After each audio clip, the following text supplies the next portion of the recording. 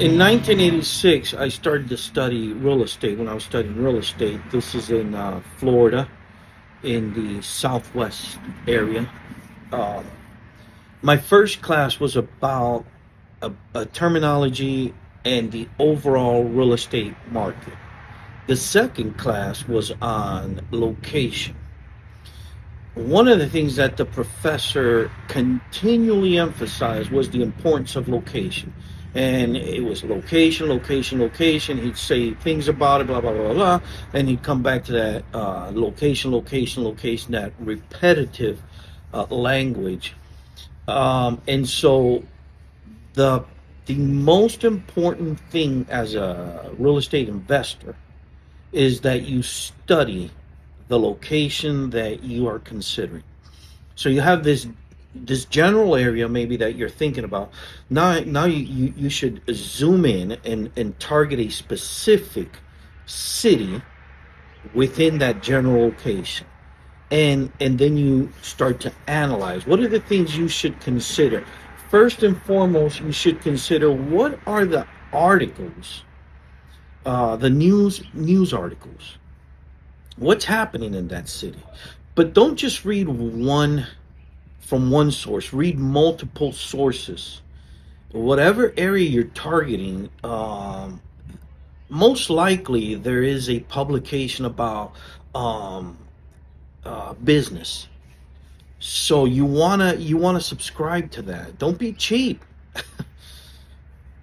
Cheap is going to get you in trouble. To make money, it takes money. Money is your seed. If you're going the cheap route, you might as well stay out of this game. All right? You need to be well informed, and information costs money. Now, I'm going to give you an example. For example, let's say you go out and buy a $25, $30 book about a subject, a particular subject.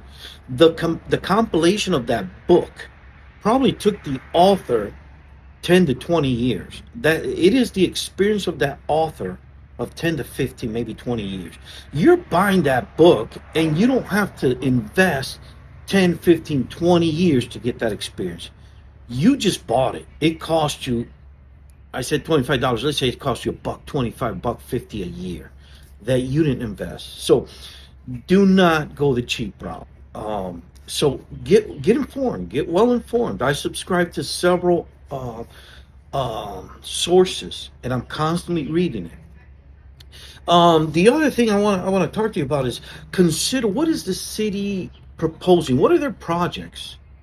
What's coming out? Because cities have to put this. It's a public item. They have to put it out there, and it's your responsibility to read that. Second thing is what is the city annexing? What land are they wanting to annex into the government of the city?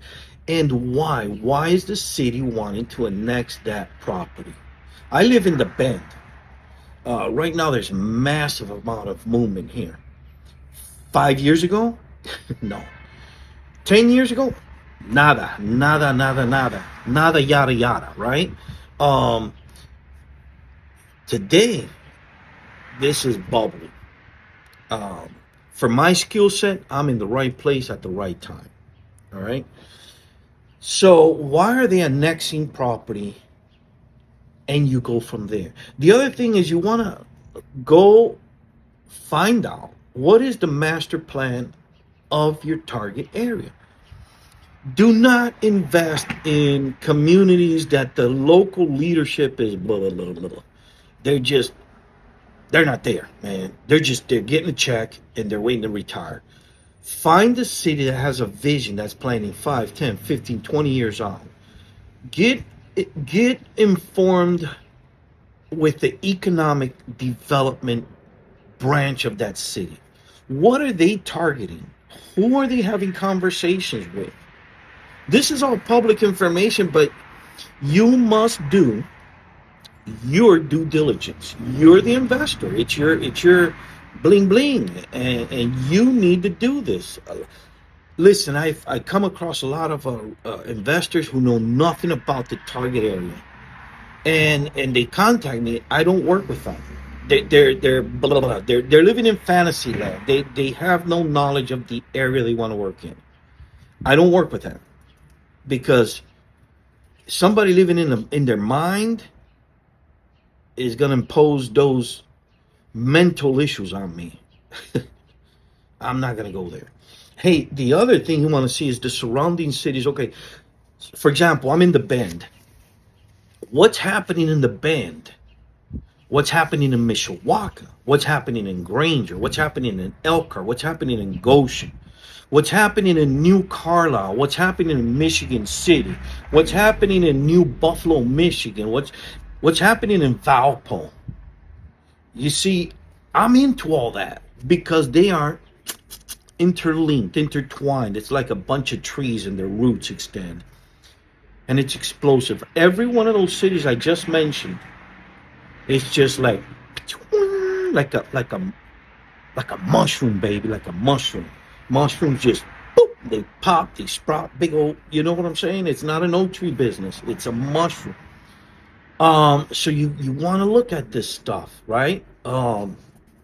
The other thing is what is happening? What are are there any outside investors, or is this just internal? Goshen's got this massive development that has been approved. It's coming, breaking ground. It's a massive development. There's no developments like that in Goshen. Elkhart's got some major investors from out of state. Mishawaka, Southbend, New Carlisle, GM just hooked up. I think it's Samsung. I'm not even going to go there. It's a couple $1 billion. 680 acres being developed.